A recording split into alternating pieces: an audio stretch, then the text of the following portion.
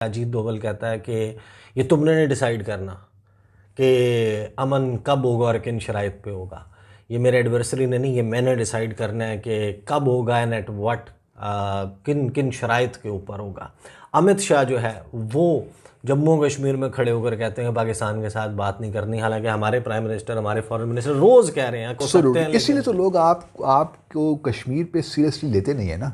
आपकी जो क्रेडिबिलिटी है वो इसीलिए आपने लूज कर दी कि आप समर साठ लेते हैं, वॉल्टे फास्ट करते हैं, इसलिए लोग आपको सीरियस लेते नहीं ना। आपको अब खलीजी ममालिक से भी आपका देखें हाथ से निकल गया। इंडिया क्या चाहता है कि हम पाकिस्तान को इस तरह की टफ स्टेटमेंट्स दे के क्या कोई मजीद जिसे कहते हैं ना कॉर्नर करना चाहते हैं। वो समझते हैं कि ये ऑलरेडी बोल तो नहीं रहे, ये तो ठंडे बैठे हुए हैं, तो इनको जरा और तरीके से जो है ना वो चलाओ। ये जो उनके लहजे में सख्ती आप कह रहे हैं, उसकी वजह यह है कि अवाम रिस्पॉन्सिव है। उनके लहजे की सख्ती को जिस तरीके से अवाम रिस्पॉन्ड कर रहे हैं वो पॉजिटिव है, उनके वोट बैंक में और पॉपुलैरिटी में इजाफा हो रहा है। तो इसलिए वो मजीद सख्त से सख्त तर जो है वो कर रहे हैं लहजा। हमारे यहाँ से एस्टेब्लिशमेंट या बाजवा साहब ये कह रहे हैं कि जी हम जो है वो अमन चाहते हैं, हम चाहते हैं कि वो सारी चीजें छोड़ दी जाए, तो उसमें जादू तो नहीं हो जाएगा ना, कुछ टाइम तो लगेगा। लेकिन क्यों इस किस्म की बात भारत की तरफ से होती है जैसे बिल्कुल भी ट्रस्ट नहीं है, थोड़ी सी भी कोशिश नहीं कर रहे हम लोग, इस किस्म का इंप्रेशन आता है। आरजू जी, ऐसा है ना कि बाजवा साहब कह रहे हैं कि खत्म हो जाएगा, ये मुशर्रफ साहब ने भी एक बार बोला था खत्म।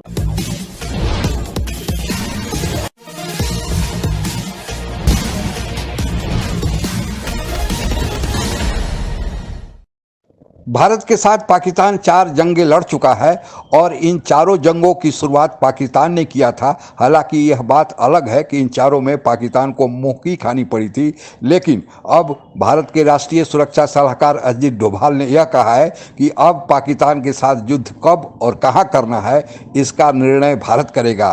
उनके इस बयान से पूरे पाकिस्तान में हड़कंप मच गया है और यहां तक कि पाकिस्तानी सेना के प्रमुख ने भारत के साथ रिश्तों को सामान्य करने, शांति बहाल करने का प्रस्ताव भेजा है। क्या है आगे की हकीकत, समझते हैं। अजीत डोभाल कहता है कि ये तुमने नहीं डिसाइड करना कि अमन कब होगा और किन शराइत पे होगा। ये मेरे एडवर्सरी ने नहीं, ये मैंने डिसाइड करना है कि कब होगा एंड एट व्हाट, किन किन शराइत के ऊपर होगा।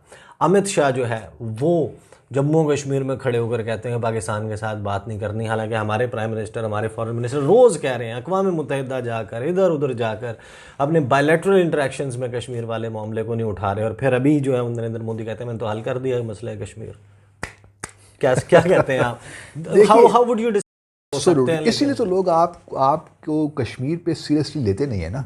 आपकी जो क्रेडिबिलिटी है वो इसीलिए आपने लूज कर दी कि आप समर साठ लेते हैं, वॉल्टे फास्ट करते हैं, इसलिए लोग आपको सीरियस लेते नहीं ना। आपको अब खलीजी ममालिक से भी आपका देखें हाथ से निकल गया ना। आप एक तरफ तो उनको कहते हैं कि आप ट्रेड ना करें भारत के साथ बिकॉज ऑफ कश्मीर और जो वहाँ पे एट्रॉसिटीज़ हो रही हैं मुसलमानों के ख़िलाफ़ या कश्मीरियों के ख़िलाफ़, दूसरी तरफ आप ख़ुद ट्रेड के लिए बेचैन हुए फिरते हैं। और सिर्फ माफ़ कीजिएगा, इससे सिर्फ इस हुकूमत के नहीं, अगर आप पीछे हमाद अज़हर की इकनॉमिक कोऑर्डिनेशन काउंसिल का भी देखिए, उन्होंने भी तो ही तजवीज़ किया था ना कि आप ट्रेड कर लीजिए भारत के साथ। फिर तो प्राइम मिनिस्टर इमरान खान ने ही पुट हिज फुट डाउन कि I would never allow this to happen. वो तो उस वजह से हो गया। तो हमारी इनकन्सिस्टेंसीज तो बहुत पुरानी, जिस तरह आपने जिक्र किया, उसी वजह से कश्मीर के मामले में कम से कम मैं समझता हूँ कि हमारी उस तरह क्रेडिबिलिटी अब नहीं रही जिस तरह होनी चाहिए थी। इसीलिए हमें दुनिया भर में सपोर्ट भी नहीं मिली कश्मीर। सही। अच्छा, मुझे ये बताइए कि बेगर्स कांट बी चूज़र्स, ये तो वैसे एक यूनिवर्सली एक्सेप्टेड एंड नोन बात है कि वाकई एक जो मांगने वाला है, लेने वाला है, वो जाहिर है कि डोमिनेट नहीं करता, जो देने वाला है वो डोमिनेट करता है। ये बात प्रिंसिपली तो बिल्कुल दुरुस्त है, लेकिन एक वो शख्स जिसने लीडर है, जो लीडर है, जिसने लीड करना है, उसके मुंह से तो जाहिर है कि ये बात मैं तो आपका काम आसान हो जाता है as a diplomat. Not at all. जब आपका लीडर जो है ना वो ये कह रहा है, प्राइम मिनिस्टर ने बात की थी, मैं तो उसके बहुत खिलाफ था, मैंने तो सब क्रिटिसाइज किया था ना। देखिए, हमें इन ठीक है बेगर्स कांट बी चूज़र्स, लेकिन कहने की क्या ज़रूरत है आपको? मतलब सफारतकारी का देखे हिसाब से बड़ा एक्चुअली मज़ा यही है, एक बड़ी एक्साइटिंग क्यों प्रोफेशन है ये। क्योंकि अगर देखिए आपके मामला ठीक हैं फिर तो आप हर तरफ से आपको शाबाश मिलती है, हर तरफ से आपको वेलकम किया जाता है। हमारी सफारतकारी की एक्साइटमेंट ही यही है कि हमारे इतने मसाइल हैं और उसमें आपने स्पेस क्रिएट करनी है अपने।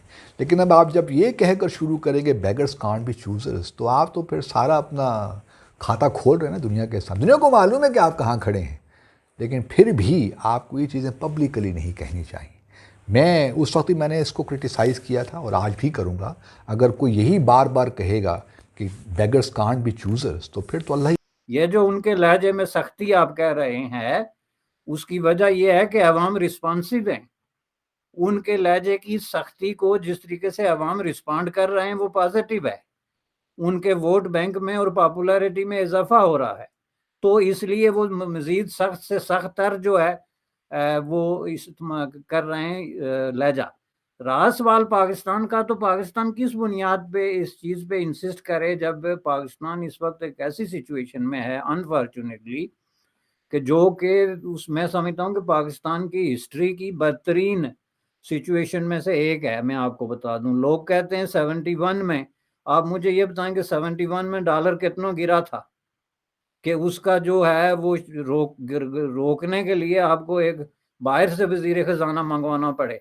71 की वार के बाद डॉलर पहली दफा इस सतह पे गिरा था, लेकिन वो इसके मुकाबले में इस वक्त भी नहीं इतना गिरा था। पाकिस्तान इस वक्त फाइनेंशियली वो जो कहते हैं ना at the verge of collapse, जिसको मुल्क में इंस्टेबिलिटी है, पॉलिटिकल एक जो है टर्माइल और अनरेस्ट है, तो उसमें आप इंडिया जैसी एक स्टेबल कंट्री को जो कि छलांगे लगा रहा है इस वक्त इंटरनेशनल एरिना में इकोनॉमी के हवाले से, पॉलिटिकली और हर एतबार से, उसको आप डिक्टेट नहीं कर सकते। और वो भी अपनी फरसुदा किस्म की ख्वाहिशात को जो है एक मॉडर्न लैंग्वेज में लपेट गए। इसलिए ये जो भी एस्टेब्लिशमेंट आप कहते हैं कि मुज़ाकरात करना चाहती है, उनको पता होना चाहिए कि मुज़ाकरात करना ये आप इंडिया को फेवर नहीं दे रहे, बल्कि ये आप अपने आप को और अपने अवाम को फेवर देंगे। उनको ये इस अनएंडिंग किस्म की वार लाइक सिचुएशन से निकाल के तरक्की के रास्ते पे डालने का वाहिद तरीका ही यही है कि आप इंडिया से मुज़ाकरात कर। हमारे यहाँ से एस्टेब्लिशमेंट या बाजवा साहब ये कह रहे हैं कि जी हम जो है वो अमन चाहते हैं, हम चाहते हैं कि वो सारी चीजें छोड़ दी जाए, तो उसमें जादू तो नहीं हो जाएगा ना, कुछ टाइम तो लगेगा। लेकिन क्यों इस किस्म की बात भारत की तरफ से होती है जैसे बिल्कुल भी ट्रस्ट नहीं है, थोड़ी सी भी कोशिश नहीं कर रहे हम लोग, इस किस्म का इंप्रेशन आता है। आरजू जी, ऐसा है ना कि बाजवा साहब कह रहे हैं कि खत्म हो जाएगा। ये मुशर्रफ साहब ने भी एक बार बोला था खत्म हो ना, कि जब आपने एक पूरी कौम को जिहाद के पीछे लगाया है, ठीक है, ये बटन तो नहीं है ना कि आपने कल बोला कि नहीं बच्चों जिहाद गलत है, कल से जिहाद नहीं होगा, वो स्विच ऑफ तो नहीं होता। आपने तो उनको यही बताया है कि असला जो है मुसलमान का जेवर है। आपने यही उनको बताया कि 72 रूरें ऊपर मिलेंगी, तुम मर जाओ। आपने यही बताया कि ये दुनिया कुछ नहीं है, सबको जो भी मिलेगा ऊपर मिलेगा, शहद और दूध की नदियां। आपने तो ये स्टोरी 30, 35, 40 साल सिखाई ना। 1979 के बाद आपने यही स्टोरी सिखाई है सबको। तो 79 से आप देखिए 40 साल हो गए हैं तकरीबन 40 साल से जब आपने पूरी कौम को अर्जुन जी एक चूरन खिलाया, अचानक बाजवा साहब के बोलने से कि बंद कर दो बंद हो जाएगा, वो नल तोड़ना है कि बाजवा साहब ने नल बंद कर दिया पानी आना बंद हो जाएगा उसमें। वो तो एक जहनियत है, वो तो एक मानसिकता है, वो तो एक फ्रेम ऑफ माइंड है।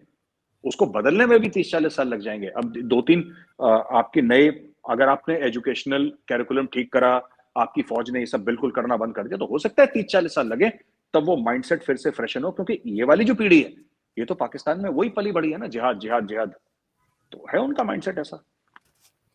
क्योंकि बाजवा साहब तो कह रहे हैं कि हम इकोनॉमी को देखना चाह रहे हैं, हम अमन चाह रहे हैं, और आपने देखा ही है कि बॉर्डर के ऊपर भी काफी टाइम से जो है फायरिंग वगैरह नहीं है, सब कुछ नहीं। पाकिस्तान के वज़ीर ख़ारजा इंस्टीट्यूट ऑफ स्ट्रेटेजिक स्टडीज़ में जाकर बिलावल भुट्टो ज़रदारी कहते हैं कि पाकिस्तान और इंडिया के दरमियान इंटरडिपेंडेंस जो है वो बढ़नी चाहिए, पाकिस्तान का मौशी मुस्तकबिल इंडिया के साथ जुड़ा हुआ है, हमें उनके साथ बातचीत करनी चाहिए। वो कश्मीर को थोड़ा सा साइड के ऊपर ये करके बात करते हैं, फिर ये अपडेट भी करते हैं अपने मामले को। एक हमारे यहाँ नए ख़जाना कम फॉरेन मिनिस्टर आते हैं, वो हमें कहते हैं कि जनाब प्याज और टमाटर जो है वो हमें इंडिया से ले लेने चाहिए, इस किस्म की बात करते हैं। आप ब्रह्मोस मिसाइल का जो इंसिडेंट है, जो कि इनकी गवर्नमेंट आने से बिल्कुल पहले हुआ, खान साहब को उसको परसू करने का उनकी गवर्नमेंट को मौका नहीं मिला, आप उसको परसू नहीं करते ना। वो हमारे अक़वाम मुत्तहिदा वाले उसमें मौजूद था, स्पीच में मौजूद था कि ये 2 न्यूक्लियर पावर्स हैं, उनके दरमियान इंसिडेंट जो है वो इस उंगा सेशन से पहले हुआ था, तो आपने उसका भी कोई मेंशन नहीं किया। कश्मीर के ऊपर आप थोड़ा सा डिविएट करते हुए नजर आते हैं। ये सारा कुछ जो है वो चल रहा है। और चाहे 1947 में पाकिस्तान का भारत के जम्मू कश्मीर में घुसपैठियों को भेजना हो, या फिर 1965 का युद्ध हो, या 1971 का बांग्लादेश बनने वाला युद्ध हो, या फिर 1999 का कारगिल का युद्ध हो, इन चारों युद्धों की शुरुआत पाकिस्तान ने ही किया था। उसके भारत के प्रति मंसूबे नापाक थे। उसे लगता था कि भारत को वह परास्त कर देगा, लेकिन हुआ इसका उल्टा। इन चारों युद्धों में पाकिस्तान को ही मुँह की खानी पड़ी। 1971 में तो पाकिस्तान अपना आधा हिस्सा, जिसे पहले पूर्वी पाकिस्तान कहा जाता था, आज का बांग्लादेश है, वह बन गया। लेकिन पाकिस्तान को इससे भी होश नहीं आई। यहाँ तक कि कारगिल के युद्ध में भी पाकिस्तान को अपना कुछ हिस्सा कारगिल के चोटियों के आसपास गंवाना पड़ा। लेकिन पाकिस्तान अब भी सुधरने वाला नहीं। लेकिन अब की बार जो मोदी की सरकार आई है, और मोदी के सरकार के मातहत जो राष्ट्रीय सुरक्षा सलाहकार अजीत डोभाल काम कर रहे हैं, उन्होंने पाकिस्तान के प्रति भारत के सोचने का नज़रिया ही बदल दिया है।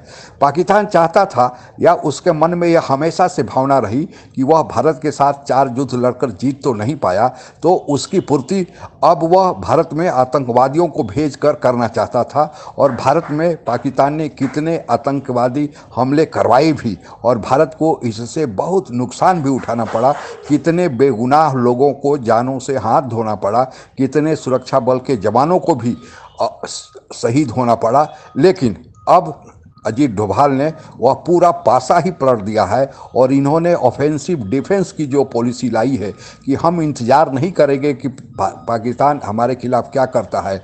हमको जब लगेगा कि हमले करने से ही पाकिस्तान काबू में आएगा, तब हम हमला कर देंगे और किसी से पूछेंगे नहीं। और जो पिछले दिनों सर्जिकल स्ट्राइक भारत ने किया, वह उसी का परिणाम है। और आज पाकिस्तान की ऐसी हालत हो गई है कि पाकिस्तान को समर्थन देने वाला अब कोई देश नहीं। भारत के खिलाफ वो सर्जिकल स्ट्राइक के लिए किसी देश ने नहीं बोला।